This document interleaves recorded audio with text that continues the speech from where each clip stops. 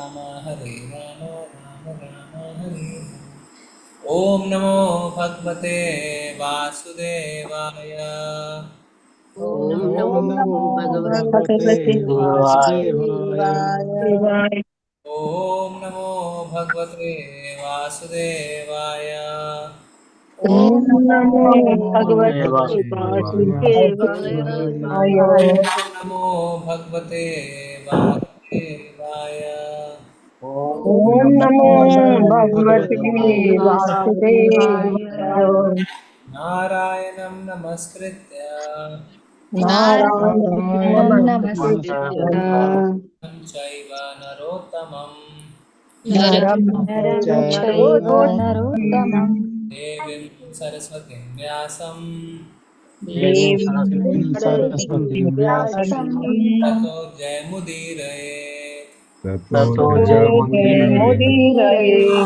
नष्टप्रायेषु अभद्रेषु नष्टप्रायेषु नष्टप्रायेष्वभद्रेषु भद्रेषु भागवत सेवया नित्यं भागवत भागवतसेवया सेवया भगवती उत्तमा श्लोके भगवते उत्तम श्लोके श्लोके भक्तेर्भवति नैष्टिकी।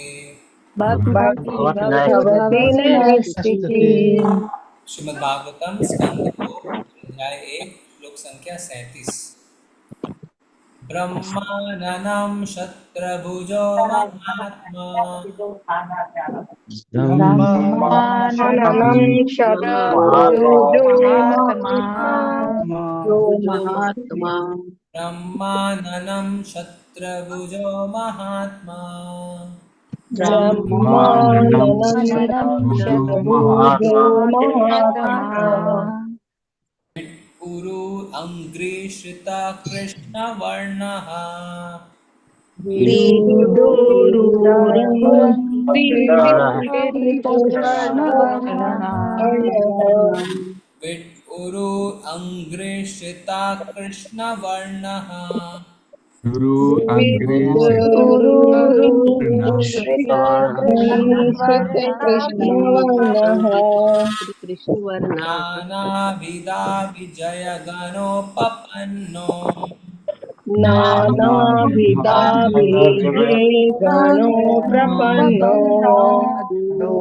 नानाविधा विजयगणोपपन्नो नानाविधा गणो प्रपन्नो। द्रव्यात्मकः कर्मवितानयोगः द्रव्यात्मकः कर्मवितानयोगः। द्रव्यात्मकः कर्मवितानयोगः द्रव्यात्मकः कर्मवितानयोगः। ब्रह्माननं शत्रुभुजो महात्मा ब्रह्माननं शतभुजो महात्मा। विष्णुरुरङ्गृहीषितः कृष्णवर्णः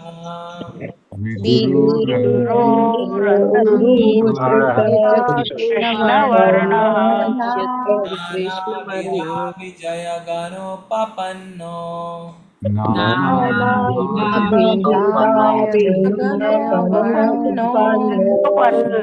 आत्मकः कर्मविधानयोगः द्रव्यात्मकः कर्मवितानयोगः। ब्रह्माननं शत्रुभुजो महात्मा ब्रह्माननं शतभुजो महात्मा। विट्कुरुरङ्घ्रिश्रिता कृष्णवर्णः विदुरो अङ्घ्रिसुतकृष्णवर्णः। नानाविधा विजयगणोपपन्नो नानाविधगणो प्रपन्नो। द्रव्यात्मकः कर्मवितानयोगः द्रव्यात्मकर्मविधानयोगः। पढ़िए किसको करना है। हरे कृष्णा प्रभु जी सादर प्रणाम। ब्रह्माननं क्षत्रभुज महात्मा विदुरो अङ्गीषित कृष्णवर्णः नानाविधाभिजय गणोपकर्णो द्रव्यात्मकः कर्म वितानयोगः। हरे कृष्ण प्रभु जी, सादर प्रणाम। हरे कृष्ण गुरु जी। ब्रह्माननं क्षत्रभुजो महात्मा विदुरुडङ्घ्रिष्यति कृष्णवर्णः नानाविधाभिजगणोपपन्नो द्रव्यात्मकः कर्मवितानयोगः। हरे कृष्ण। हरे कृष्ण प्रभु। ब्रह्माननं क्षत्रभुज महात्मा विहरङ्गानिक्षित कृष्णवर्ण नानाभिजत्य गणोक्त गणा उत्पन्ना नो द्रव्यात्मना कर्म वितान योग। हरे कृष्ण प्रभु। हरे कृष्णा प्रभु। हरे कृष्णा प्रभु जी। क्षत्रभुजो महात्मा विदुरुरङ्घ्रिश्रित कृष्णवर्णः नानाविधाभिज्ञगणोपन्नव्यात्मकः कर्मवितानयोगः। हरे कृष्ण। हरे कृष्णा प्रभु जी।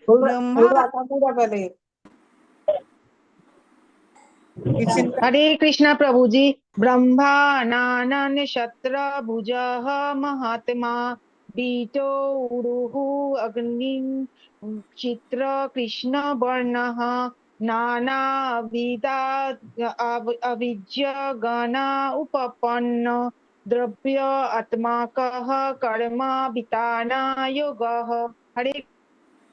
हरे कृष्णा प्रभु जी। ब्रह्माननं क्षत्रभुजो महात्मा विरूढाङ्गीक्षितो कृष्णवर्णो नानाविधाविज्ञानोपपन्नो द्रव्यात्मकः कर्म वितानयोगः। हरे कृष्ण।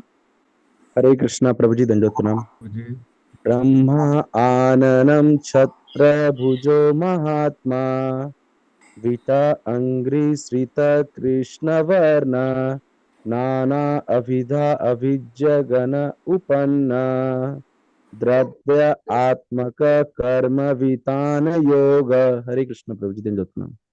हरे कृष्णा प्रभु जी दंडवत प्रणाम। ब्रह्माननं क्षत्रभुजो महात्मा विदुरोर अंग्रीश्रित कृष्णवर्णः नानाविधा विजयगणोपपन्नो द्रव्यात्मकः कर्मवितान योगः। हरे कृष्ण हरे कृष्ण प्रभु जी।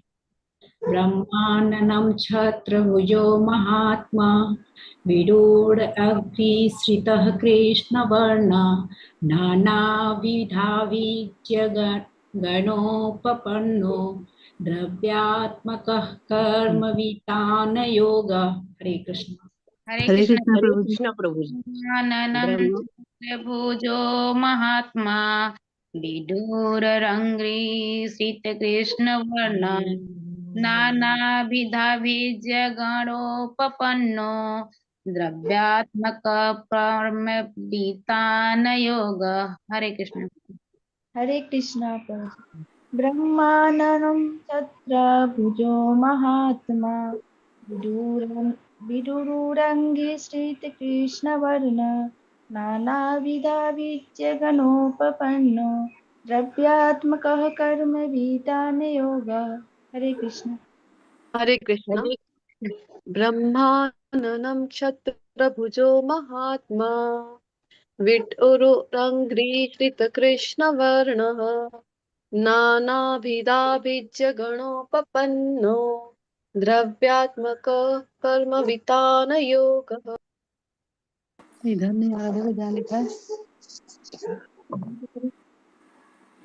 हरे कृष्ण प्रभु जी। ब्रह्माननं क्षत्रभुजो महात्मा विरूढाङ्गित कृष्णवर्णा नाना अभिधा बीजै गणोपिपनो द्रव्यात्मकं कर्म वितान योगा। हरे कृष्ण। धन्यवाद सभी का। शब्दार्थ पढ़ते हैं। ब्रह्म ब्राह्मण,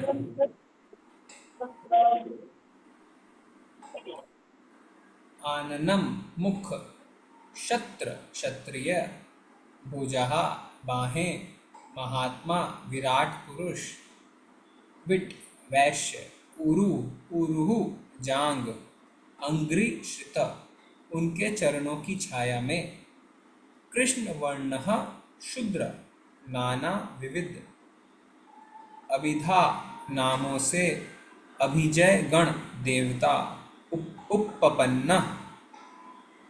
उपपन्नः निहित, द्रव्य आत्मका उपलब्ध वस्तुओं से, कर्म कर्म वितान योगः यज्ञ का संपन्न होना। अनुवाद और तात्पर्य प्रभुपाद जी के द्वारा। श्रील प्रभुपाद जी की जय। विराट पुरुष का मुख ब्राह्मण है, उनकी भुजाएं क्षत्रिय है, उनकी जांघें वैश्य है तथा शूद्र उनके चरणों के संरक्षण में है। सारे पूज्य देवता उनमें समाविष्ट हैं और यह प्रत्येक व्यक्ति का कर्तव्य है कि श्री भगवान को प्रसन्न करने के लिए यथासंभव वस्तुओं से यज्ञ संपन्न करे। ठीक है, एक मिनट। हरे कृष्ण माता जी, आप श्लोक पढ़ना चाहते हैं, पढ़ लीजिए, अनम्यूट करिए। हरे कृष्ण।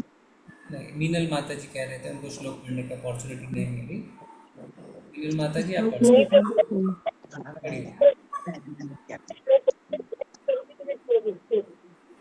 पढ़ने का चांस नहीं मिला। पढ़ लीजिए, पढ़ लीजिए।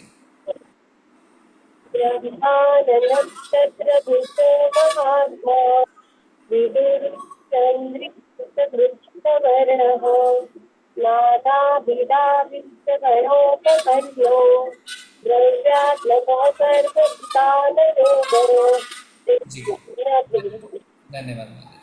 प्रभु जी मैं भी पढ़ लूं? पढ़ लीजिए। हरे कृष्ण। ब्रह्माननं क्षत्रभुजो महात्मा, विडुरंघ्रिश्रित कृष्णवर्णः, नानाभिधाभिज्य गणोपपन्नो, द्रव्यात्मकः कर्मवितान योगः।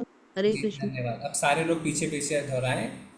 विराट पुरुष का मुख ब्राह्मण है, विराट पुरुष का मुख ब्राह्मण है, उनकी भुजाएं क्षत्रिय है, उनकी भुजाएं क्षत्रिय हैं, उनकी जांघें वैश्य हैं, उनकी जांघें वैश्य हैं, तथा शूद्र उनके चरणों के संरक्षण में है।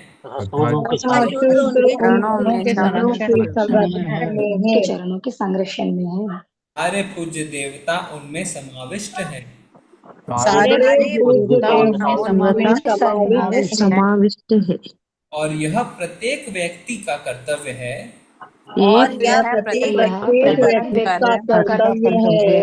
कि श्री भगवान को प्रसन्न करने के लिए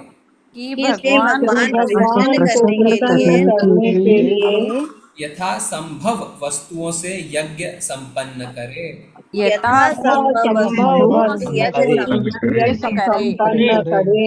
हरे कृष्ण। हरे कृष्णा। मीरा माता जी, मीरा देवी दास माता जी पढ़िए। हरे कृष्णा माता जी। हरे कृष्णा प्रभु जी। माता जी यहाँ पर से पढ़े ना, यहाँ पर एक प्रकाश। जी जी पढ़िए। हरे कृष्णा माता जी। जी प्रभु जी। शील प्रभुपाद जी की जय। तात्पर्य शील प्रभुपाद जी के द्वारा यहाँ पर एक प्रकार के एकेश्वरवाद का सुझाव रखा गया है।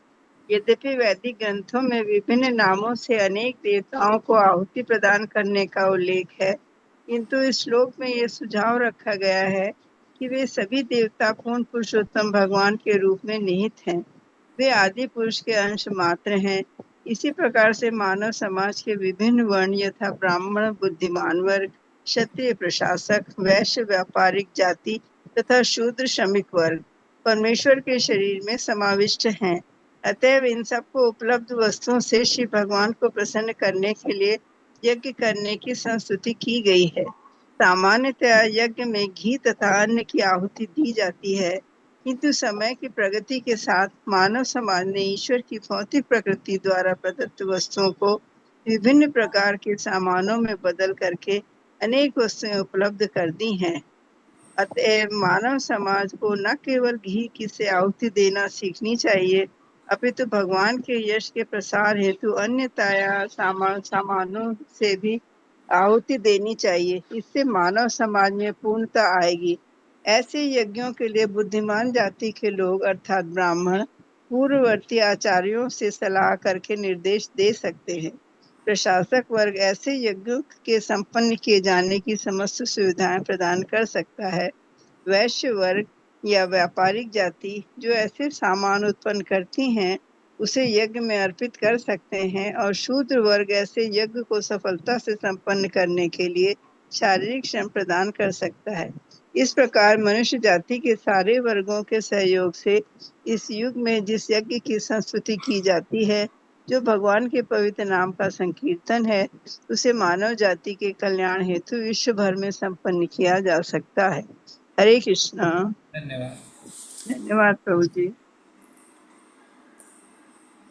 ब्रह्माननं शत्रभुजो महात्मा विदुरुरङ्ग्रेषिता कृष्णवर्णः नानाविधा विजयगणोपपन्नो द्रव्यात्मकः कर्मविधानयोगः।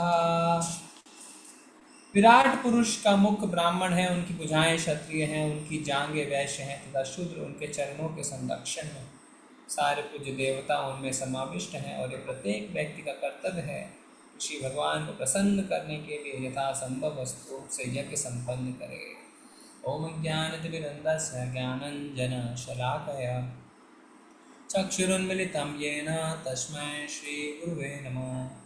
श्रीचैतन्यमनोभीष्टं स्थापितं येन भूतले स्वयं रूपा कदा मह्यं ददाति स्वपदान्तिकं। वन्देऽहं श्रीगुरो श्रीयुत्पदकमलं श्रीगुरून् वैष्णवांश्च। श्रीरूपं सागरजातं सहगण रघुनाथान्वितान्तं सजीवं साद्वैतं सावधूतं परिजनसहितं कृष्णचैतन्यदेवं श्रीराधा कृष्णपादान् सहगण ललिता श्रीविशाखान्वितांश्च। नमो विष्णुपादाय कृष्णप्रेष्ठाय भूतले श्रीमते भक्तिवेदान्त स्वामिनिति नामिने। नमस्ते सारस्वते देवे गौरवाणी प्रचारिणे निर्विशेषाय शून्यवादी पाश्चात्यदेशतारिणे। वाञ्छाकल्पतरुभ्यश्च कृपा सिन्धुभ एव च पतितानां पावनेभ्यो वैष्णवेभ्यो नमो नमः। हे कृष्ण करुणा सिन्धु दीनबन्धु जगत्पते गोपेश गोपिका कान्त राधाकान्त नमस्ते। तप्त कांचन गौरांगी श्री राधे वृंदावनेश्वरी वृषभानुसुते देवी प्रणमामि हरिप्रिये। जय हो श्री कृष्ण चैतन्य प्रभु नित्यानंदा श्री अद्वैत गदाधर श्रीवासादि गौर भक्तवृंदा। नमो महावदन्याय कृष्ण प्रेम प्रदायते कृष्णाय कृष्ण चैतन्य नामने गौरतिशे नमः। हरे कृष्णा कृष्ण कृष्ण हरे हरे हरे राम राम राम हरे हरे। हरे कृष्णा सभी को। तो स्कंद 2 के पहले अध्याय के लास्ट के जो कुछ श्लोक हैं हम उसे पहुँच गए हैं। पर आज सुखदेव गोस्वामी इस श्लोक में परीक्षित महाराज को भगवान का जो विराट रूप समझा रहे हैं, जिसमें पूरा भौतिक ब्रह्मांड सम्मिलित है, उसमें भगवान के मुख भुजाएं जांघें और उनके चरणों के बारे में बताते हुए कह रहे हैं कि भगवान का जो मुख है वो ब्राह्मण है। तो 4 वर्ण होते हैं, ब्राह्मण, क्षत्रिय, वैश्य और शूद्र। तो भगवान का मुख को ब्राह्मण बताया गया है, भगवान की भुजाओं को क्षत्रिय बताया गया है, भगवान की जांघों को वैश्य और भगवान के चरणों के संरक्षण को शूद्र बताया गया है। तो जैसे ही हम इसको पढ़ते हैं तुरंत हम एनालाइज करने लगते हैं हम क्या हैं, क्या हम ब्राह्मण हैं, क्या हम क्षत्रिय हैं, या हम वैश्य हैं, या हम शूद्र। और ये एनालिसिस बाय डिफ़ॉल्ट अपने आप हमारे दिमाग में कैसे चलता है, या तो हमारे जन्म से चलता है ना, कि हमने कैसा जन्म लिया। ब्राह्मण परिवार के ब्राह्मण परिवार में जन्मे तो खुद को हम अपना ब्राह्मण मानने लग जाते हैं, भले हमारे अंदर ब्राह्मण के गुण हो कि नहीं। अगर कोई राजपूत परिवार में जन्मा है या कोई सरकारी अफसर है तो अपने आप को क्षत्रिय मानने लग जाता है। कोई व्यापार कर रहा है, व्यापारी के परिवार में अपने आप को वैश्य मानता है, और कोई लेबर है तो अपने आप को शूद्र मानने लग जाता है। और वास्तव में भगवान ने ये जो डिवीजन बनाया है 4 वर्णों का, ये जन्म के आधार पर नहीं किया है। किस आधार पे किया है, कौन बताएगा? ये भगवान ने डिवीजन किस आधार पे किया है, बताइए? कर्मों के आधार पे। कर्मों के आधार पे। कर्मों के आधार पे, गुणों के आधार पर। गुणों के आधार पे। तो एक किसी माता जी ने कहा गुण, किसी ने कहा कर्म, कौन सा सही है? कर्म, कर्मों के आधार पर। कार्य जो कर रहे हैं कर्म के आधार पे। तो गुण गलत है? हरे कृष्णा प्रभु जी। गुणों के आधार दोनों के आधार पर। दोनों के आधार पर। चातुर्वर्ण गुणा कर्म विभाग से। गुणा कर्म विभाग से, गुण और कर्म दोनों। कौन से गुण? कौन से गुण? इंटेलिजेंट, 3 गुण, सत्व रजोगुण वेरी गुड, वेरी नाइस। गुण जब हम कहते हैं तो ये मत सोचिए आपको कोई भौतिक जगत में कहते हैं अरे ये तो बड़ा गुणवान है, देखो कितनी कम उम्र में कितने पैसे कमा रहा है। ये उन गुणों की बात नहीं हो रही है। आप उनके कुछ भौतिक प्रश्नों के उत्तर दे देते हैं, अरे बड़ा गुणवान है। ये गुण है सतोगुण, तमोगुण, रजोगुण। कैसे? गुण कर्म विभाग सा। सतोगुण यानी ब्राह्मण, ब्राह्मण के जो कर्म है वो क्या है? सलाह देना, शास्त्रों और वेदों के हिसाब से, पूर्ववर्ती आचार्यों के हिसाब से सलाह देना, और वो सतोगुण में स्थित रहते हैं। गुणा कर्मा। फिर उसके नीचे आते हैं कौन? क्षत्रिय। क्षत्रिय का कर्तव्य है रक्षा करना, अपनी प्रजा की रक्षा करना। तो क्षत्रिय के अंदर कौन से गुण होते हैं? रजोगुण। रजोगुण, मुझे अपने देश की, अपने प्रजा की रक्षा करनी है और टैक्स लेना है। फिर उसके नीचे वैश्य। वैश्य मतलब बिजनेसमैन, जो व्यापार करता है और मुनाफा कमाता है। शास्त्र कहते हैं वैश्य का एक और कर्तव्य है, मुनाफा कमाना, व्यापार करना तो है, एक और कर्तव्य है जो हम भूल जाते हैं। क्या है वो? गोरक्षा प्रभु जी। गोरक्षा जी, गोरक्षा, गोरक्षा। तो शास्त्र कहते हैं वैश्य का धर्म है गोरक्षा और व्यापार। उसके गुण जो होते हैं वो रजो और तमो दोनों मिश्रित होते हैं। रजो और तमो दोनों मिश्रित होते हैं। किसमें? वैश्य में। गुणा कर्म, और फिर लास्ट में है शूद्र। शूद्र जो है वो शारीरिक श्रम करता है, और बाकी जो 3 वर्ण हैं, ब्राह्मण, क्षत्रिय, वैश्य, उनकी सेवा करता है, और उसके जो गुण है वो तमोगुण वाले होते हैं। गुणा कर्मा विभाग सा। देखिए, आप जन्म के हिसाब से नहीं, अभी किसी माता जी ने लिखा मैं क्षत्रिय हूं। माता जी, हो सकता है आप जन्म लिया हो अपने से परिवार में, पर अगर आपके गुण वैसे नहीं है तो आप क्षत्रिय नहीं। अगर मैं आपसे पूछूं किस तरीके से आप अपने देश की रक्षा कर रहे हैं, हम तो सैलरी में हैं, सैलरी माने शूद्र, ठीक है? तो कभी भी जन्म के हिसाब से मत सोचिए कि हम सिंह हैं, हम राजपूत हैं, हम चौहान हैं, हम ठाकुर हैं तो हम क्षत्रिय हैं। हो सकता है आपके कोई पूर्वज होंगे। गुणा कर्म विभाग सा, गुण और कर्मों के हिसाब से। उदाहरण प्रभुपाद जी जब अमेरिका गए तो वहां पे सड़कों पे हिप्पी बिखरे पड़े थे, ड्रग्स लेते थे, नहाते नहीं थे, शरीर से बदबू आती थी, और मल मूत्र का विसर्जन कपड़े में कर देते थे क्योंकि उनको होश ही नहीं था। सेक्स करते थे, उठपटांग चीजें करते रहते थे। तो वो एक्चुअली आप देखेंगे तो शूद्र से भी नीचे, मलेच्छ, उनको प्रभुपाद जी ने उठा उठा के ब्राह्मण बना दिया। गुणा कर्मा विभाग से उनको सतोगुण में लाए, उनके कर्म ब्राह्मण वाले बन गए। इसी तरीके से मान लीजिए आप ब्राह्मण परिवार में जन्मे हैं, पर क्या खा रहे हैं? मांस खा रहे हैं। आज के दिन हैं कितने ब्राह्मण हैं जो पीछे पीछे मांस खाते हैं? तो ब्राह्मण के उनके गुण नहीं है, उनके कर्म नहीं, वो क्या है? शूद्र है।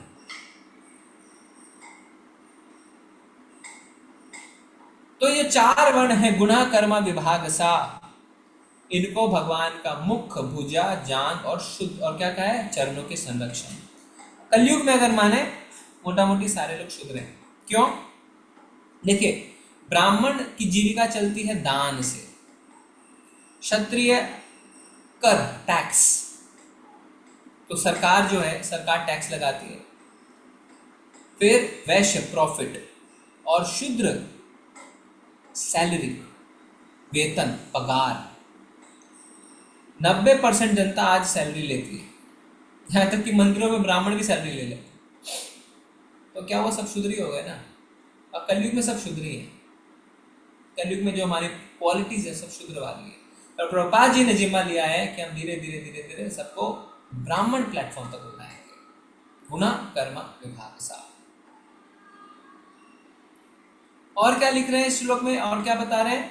श्री सुखदेव गोस्वामी, सारे पूज्य देवता उनमें समाविष्ट हैं, सारे।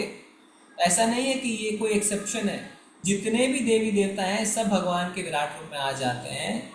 और प्रत्येक का कर्तव्य बताया गया है। क्या कर्तव्य है? भगवान को प्रसन्न करना और यथासंभव वस्तुओं से यज्ञ संपन्न करना। भगवान को प्रसन्न करने के लिए यज्ञ संपन्न करना। तो यज्ञ का अर्थ होता क्या है हम देखेंगे श्लोक में, थोड़ा अंत में चर्चा करेंगे। प्रभुपाद जी ने बताया, हमें तात्पर्य। पर उसके पहले तात्पर्य प्रभुपाद जी बता रहे हैं, यहाँ पर एक प्रकार का एकेश्वरवाद का सुझाव रखा गया। एकेश्वरवाद शब्द का अर्थ क्या होता है, तो बताएंगे? एकेश्वरवाद का मतलब क्या है? हरे कृष्ण प्रभु जी, एक ही ईश्वर। एक ईश्वर, धन्यवाद। एकेश्वर मतलब एक ही ईश्वर। आप देखें, जब हम 11 में भगवत गीता करते थे तो बहुत ही अच्छा एक श्लोक आता था जिसमें लिखा हुआ था, शंकराचार्य द्वारा लिखा, कि अभी का जो ट्रेंड है वो क्या, एक ही चाहिए सबको, एक ही एक ही एक ही। तो एकेश्वरवाद। तो प्रभुपाद जी लिख रहे हैं, हो सकता है हमारे ग्रंथों में अनेक देवी देवताओं के नाम है, पर यहाँ पे सुझाव दिया गया है कि सभी देवता पूर्ण पुरुषोत्तम भगवान के रूप में ही निहित हैं। थोड़ा माइक संभालिए प्लीज, बार बार मुझे म्यूट करना पड़ता है ना, अटेंशन डाइवर्ट हो जाता है, अटेंशन डाइवर्ट हो जाता है ना। और थोड़ा कोहोस्ट जो है वो भी ध्यान रखिए, कोई अगर अनम्यूट है तुरंत म्यूट कर दीजिए प्लीज, ठीक है?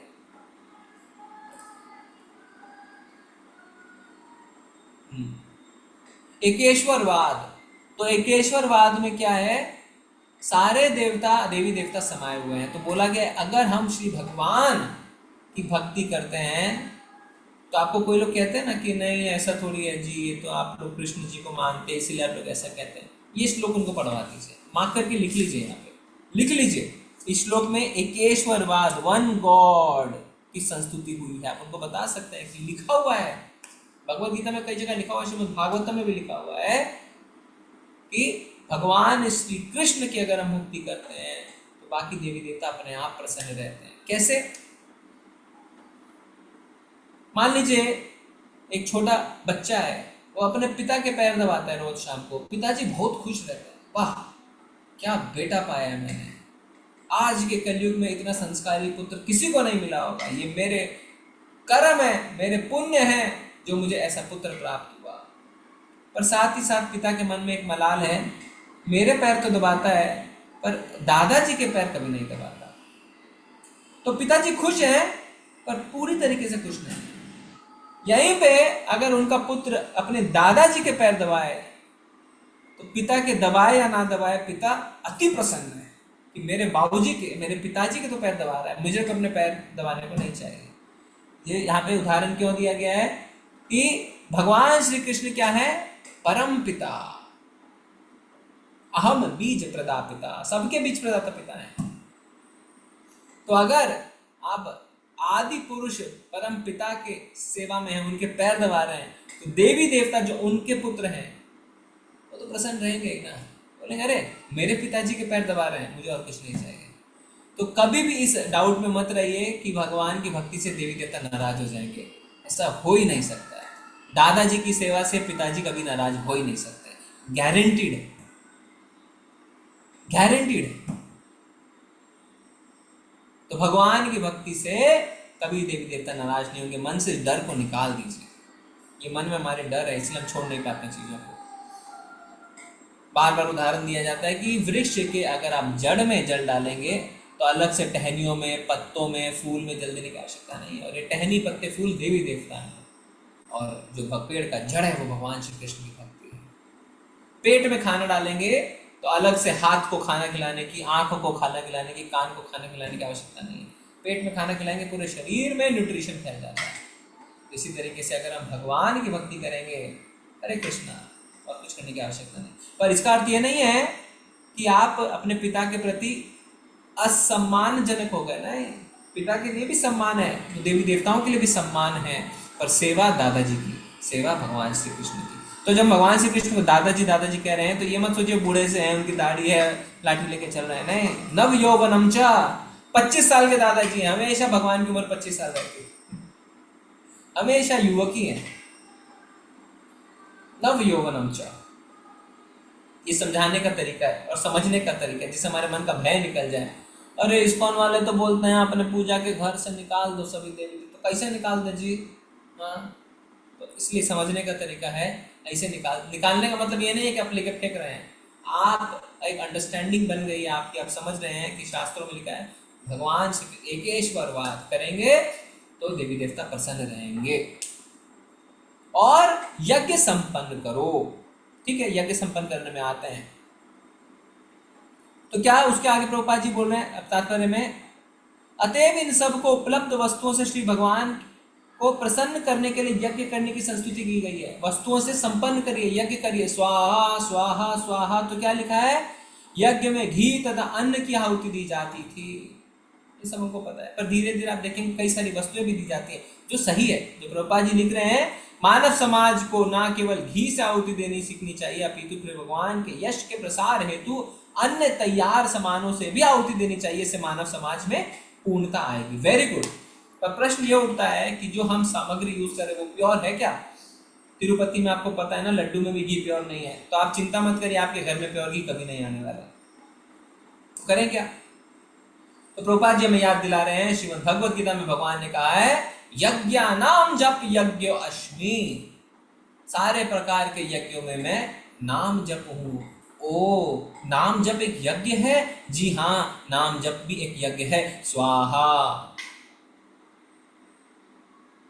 भगवान का नाम अगर आप ले रहे हैं तो आपको कुंड बना के, अग्नि जला के स्वाहा स्वाहा करने की आवश्यकता नहीं है। यज्ञानाम जप यज्ञ अश्मि, भगवान का नाम भी एक यज्ञ है। अलग अलग प्रकार के यज्ञ, और किस तरीके से इस नाम जप यज्ञ में, इसलिए इस मंदिर से प्रभु जी ने बताया था, आपको पता है कि नहीं, हम एक प्रोग्राम लॉन्च कर रहे हैं जिसका नाम है शत कोटि हरि नाम यज्ञ। शत कोटि हरि नाम यज्ञ, शत मतलब 100, कोटि मतलब करोड़, तो 100 करोड़ शत कोटि हरि नाम यज्ञ, भगवान का नाम लेने का यज्ञ। और ये सब हम मिलके पूरा करेंगे, हम लॉन्च करेंगे। एक किट बना रहे हैं हम, जिसमें एक माला है, एक जपा बैग है, भगवान के नाम जप की महिमा की एक किताब है, और एक छोटी सी किताब है, पासबुक, जिसमें आप लिखेंगे रोज आपने कितनी माला करी, और उससे आप क्या बन सकते हैं, लखपति, 10 लखपति, करोड़पति बन सकते हैं। कैसे? जब भगवान का 1 लाख नाम जप हो जाता है तो आपको लखपति का सर्टिफिकेट इस टेम्पल से मिलता है। जब भगवान के 10 लाख नाम का जप हो जाता है तो इस टेम्पल से आपको 10 लखपति का आपको सर्टिफिकेट मिलता है। और जब आप 1 करोड़ नाम जप कर लेते हैं तो आपको 1 करोड़ नाम जप करने के लिए सर्टिफिकेट इशू होता है। तो 1 लाख नाम क्या होता है? हरे कृष्णा कृष्णा कृष्णा हरे हरे, हरे राम राम राम हरे हरे। ये 16 शब्द का जो मंत्र है, इसमें 16 बार भगवान का नाम आता है। तो एक महामंत्र में आपने भगवान का नाम 16 बार लिया। कितनी बार? 16 बार। तो जब आप एक माला करते हैं, एक माला में कितने मन के होते हैं? 108।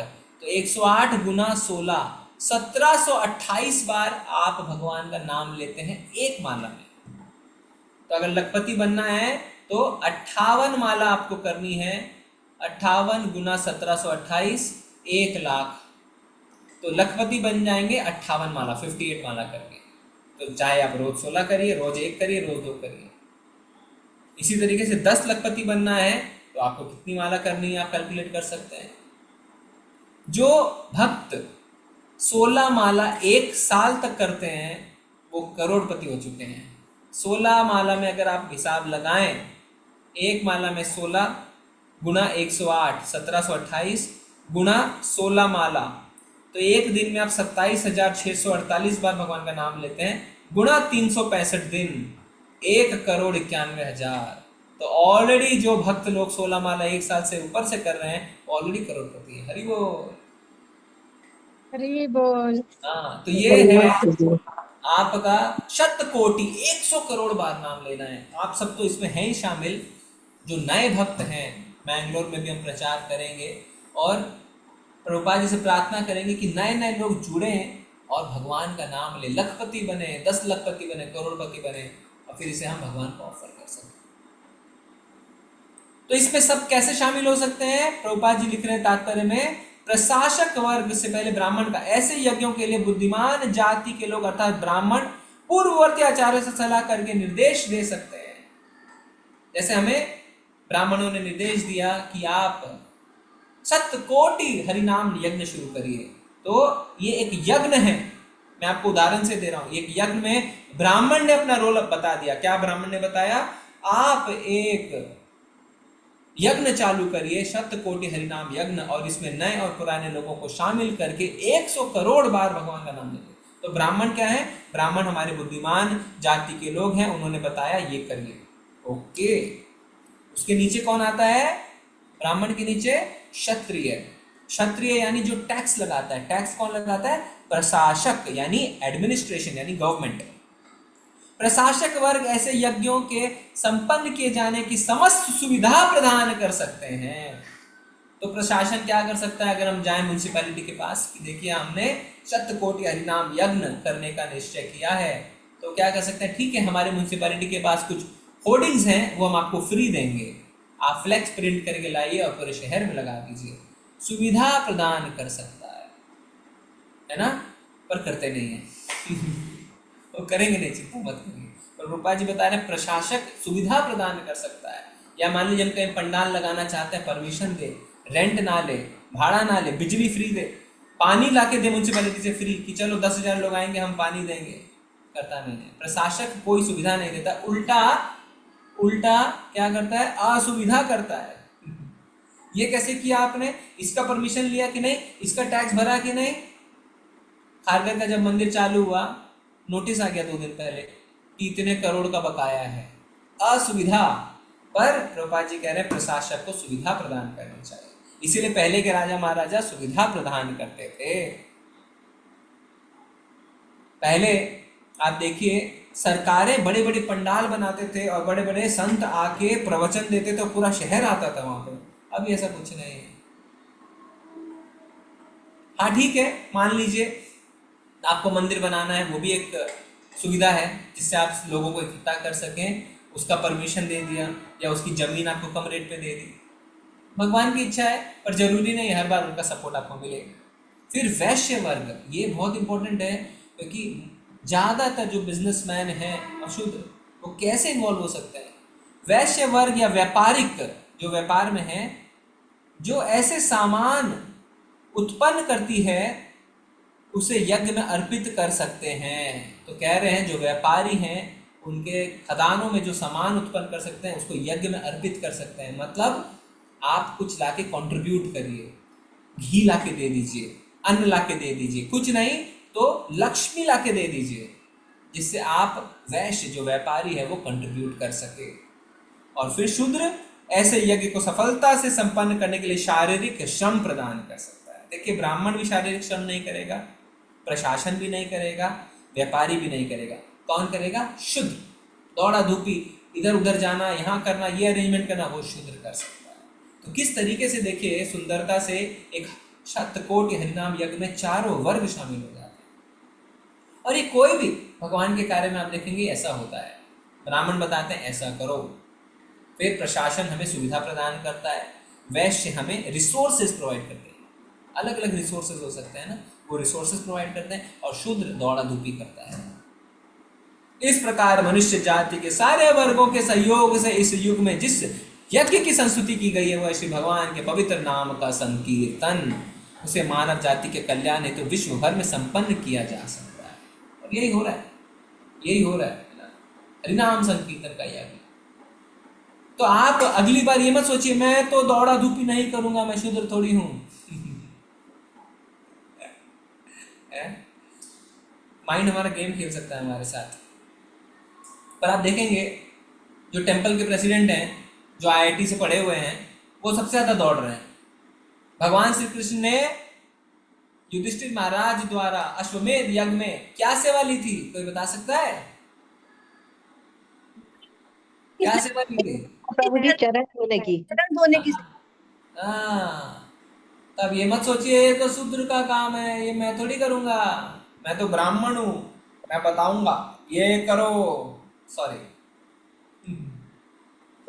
वास्तव में अगर हमारी मनोवृत्ति होनी चाहिए वो शुद्ध वाली होनी चाहिए। मतलब हम दौड़ा धूपी करेंगे, मेहनत करेंगे, हम सेवा लेंगे।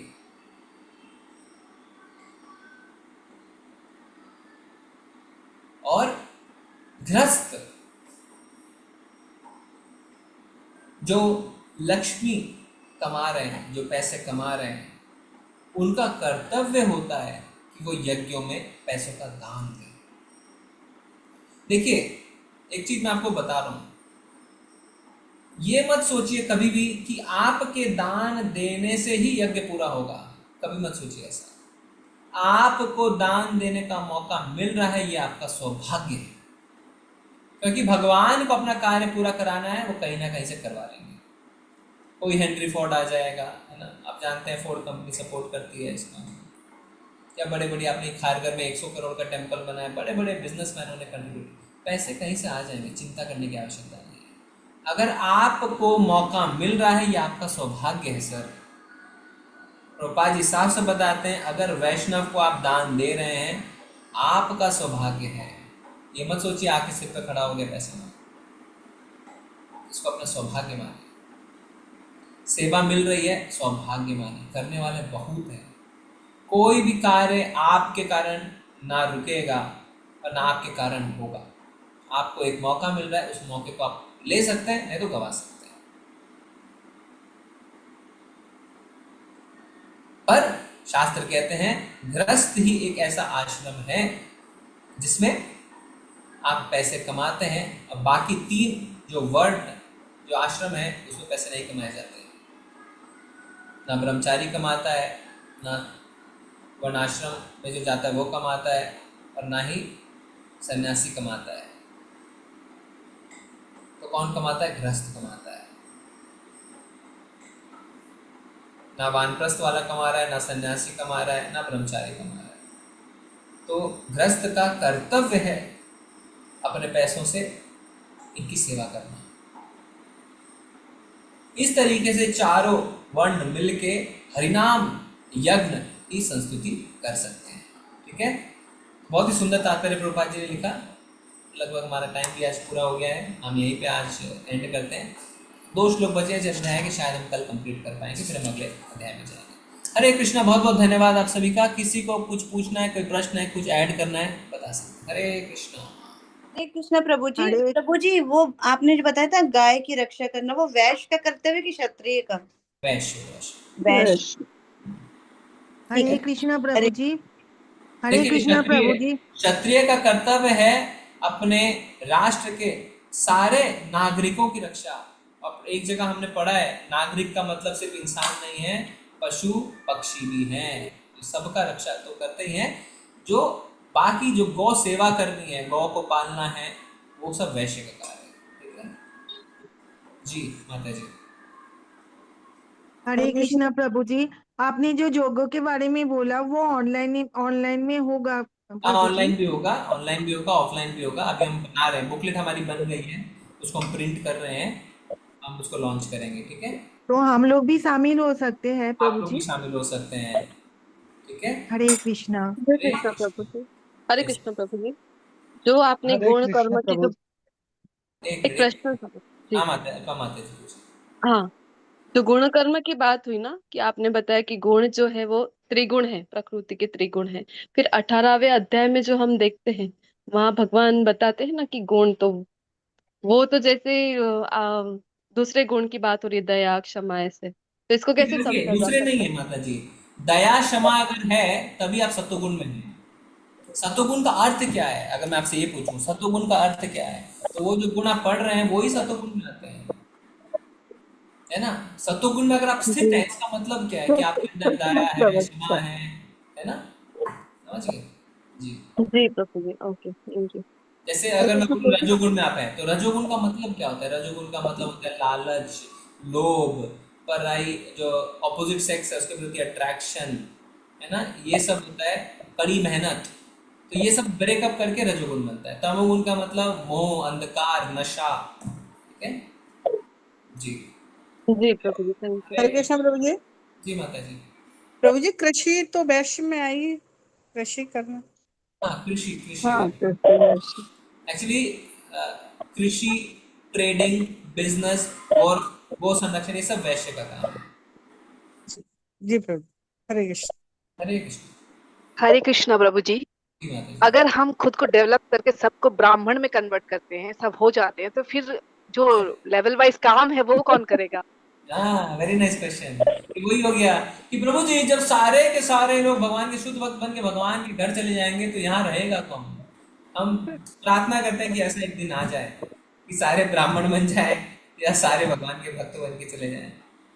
ये हमेशा ट्रांजिशन है, तो हर कैटेगरी के लोग हमेशा रहेंगे, नीचे वाले ऊपर आएंगे, ऊपर वाले नीचे जाएंगे, फॉल डाउन भी होगा, ऊपर भी जाएंगे, नीचे भी। कुछ जानवर हैं जो भोग चुके हैं, अब भोग के उनको मनुष्य का शरीर मिला है, हो सकता है वो शूद्र बन के पैदा हो रहे हैं।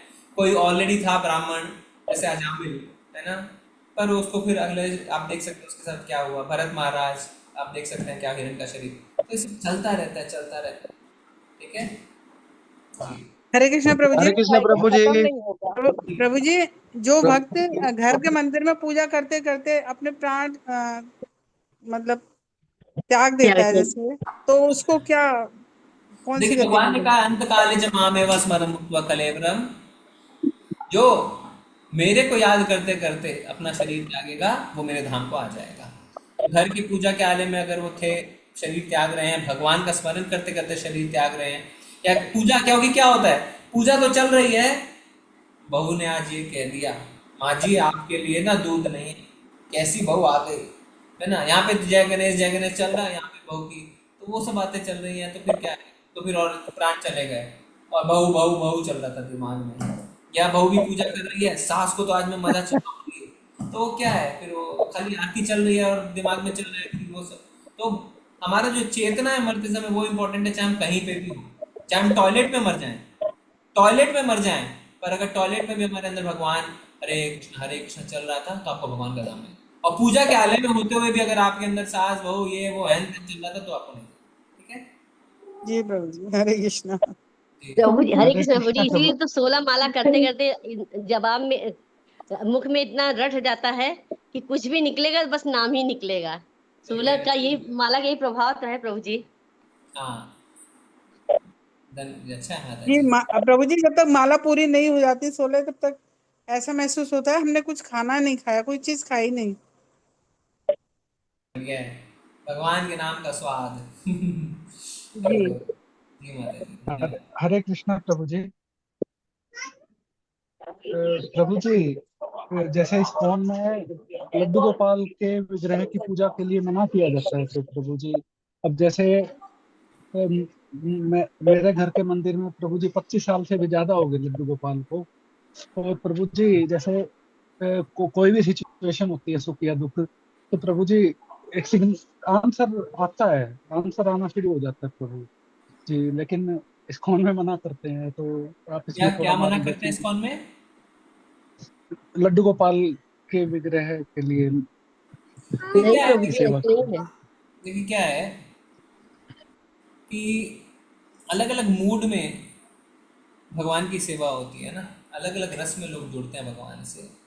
तो इस्कॉन जिस संप्रदाय में आता है उसमें भगवान का युवा रूप राधा कृष्ण इनकी पूजा की संस्कृति की गई, इनकी भक्ति की संस्कृति की गई है, ठीक है।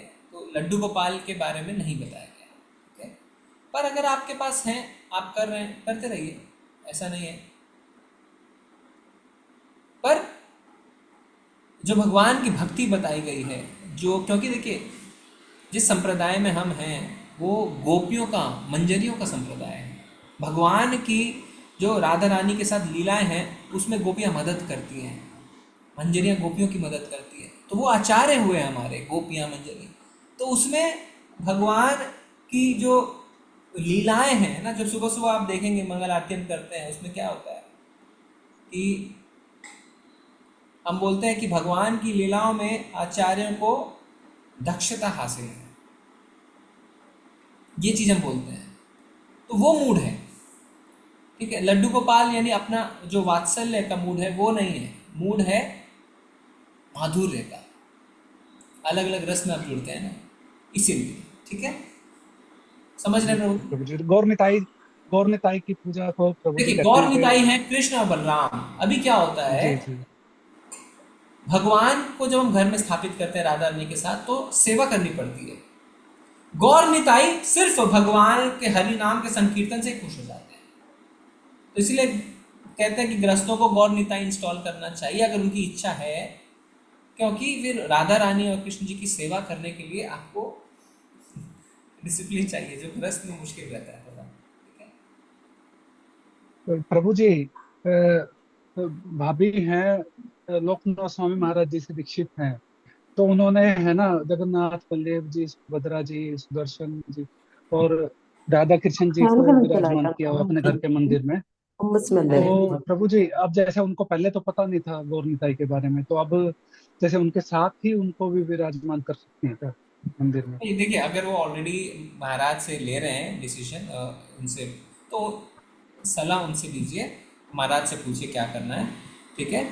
और जगन्नाथ भगवान, बलभद्र भगवान, मैया सुभद्रा, सुदर्शन जी का भी मूड दयालु वाला मूड है। जगन्नाथ जी बहुत मर्सीफुल है, तो उनको भी मिडिल ईस्ट में आप जाएंगे ना, दुबई में, बहरीन में, वहाँ पे लोगों ने ज़्यादातर जगन्नाथ जी को इंस्टॉल कर रखा अपने घर में। लेकिन सबसे ज़्यादा सेवा मांगते, सबसे ज़्यादा सेवा उनको खाली खिलाने का है ना उनको खिलाते रहिए, बाकी वो खुश हैं। राधा रानी कृष्ण जी में साफ सफाई, अभिषेक, आरती, पूजा, बहुत सारी चीजें रहती है। आप देखिए मंदिरों में सुबह से शाम कुछ ना कुछ चलता ही रहता है, इतने पुजारी रहता है। और जगन्नाथ जी क्या है, खिला दीजिए, खुश हैं। और गौर निताई को भजन कीर्तन करा दीजिए, खुश हैं, ठीक है।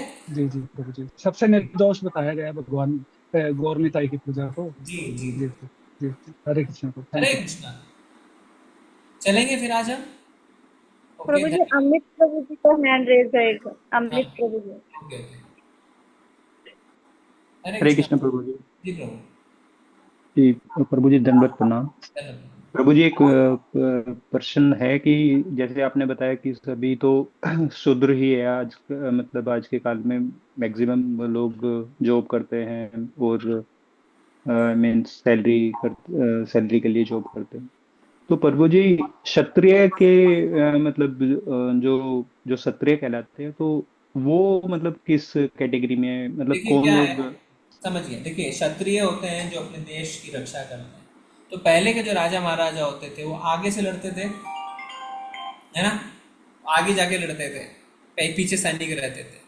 आजकल कैसे लड़ाई होती है, सैनिक आगे रहते हैं और जो मेन लेफ्टिनेंट जनरल है वो पीछे रूम से बैठ के हाँ ये कर दो, ये बटन दबा दो, ये मिसाइल छोड़ दो। तो वास्तव में क्षत्रिय कोई रह नहीं गया। पर अगर आप हाई लेवल पे बात करें तो पूरी सरकार को हम क्षत्रिय कहते हैं। फुल गवर्नमेंट मशीनरी जितनी है वो क्षत्रिय है, क्योंकि सरकार का काम है देश के हित को बचाना through tax policies, economic policies, military policies, सब कुछ उसमें शामिल है। खाली जो लड़ रहे हैं झगड़ रहे हैं वो नहीं, सारी चीज़ों से वो देश को समझ। जैसे अभी जैसे पड़ोसी देश के साथ कुछ गड़बड़ हुई, पानी रोक दिया, तो आपकी रक्षा हो रही है, समझ रहे हैं? तो सरकार को हम क्षत्रिय कह सकते हैं, ठीक है।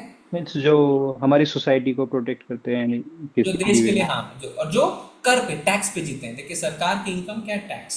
तो ये हाई लेवल पे एक समझने की अंडरस्टैंडिंग है, ओके जी। हरे कृष्ण। चलेंगे आज हम। बहुत बहुत धन्यवाद आप सभी का। वांछा कल्पतरुभ्यश्च कृपा सिंधुभ्यैव च पतितानां पावनेभ्यो वैष्णवेभ्यो नमो नमः। अनंत कोटि वैष्णव की जय। भागवतम की जय। हरे कृष्ण प्रभु जी, दंडवत प्रणाम। हरे कृष्ण प्रभु जी, सादर प्रणाम।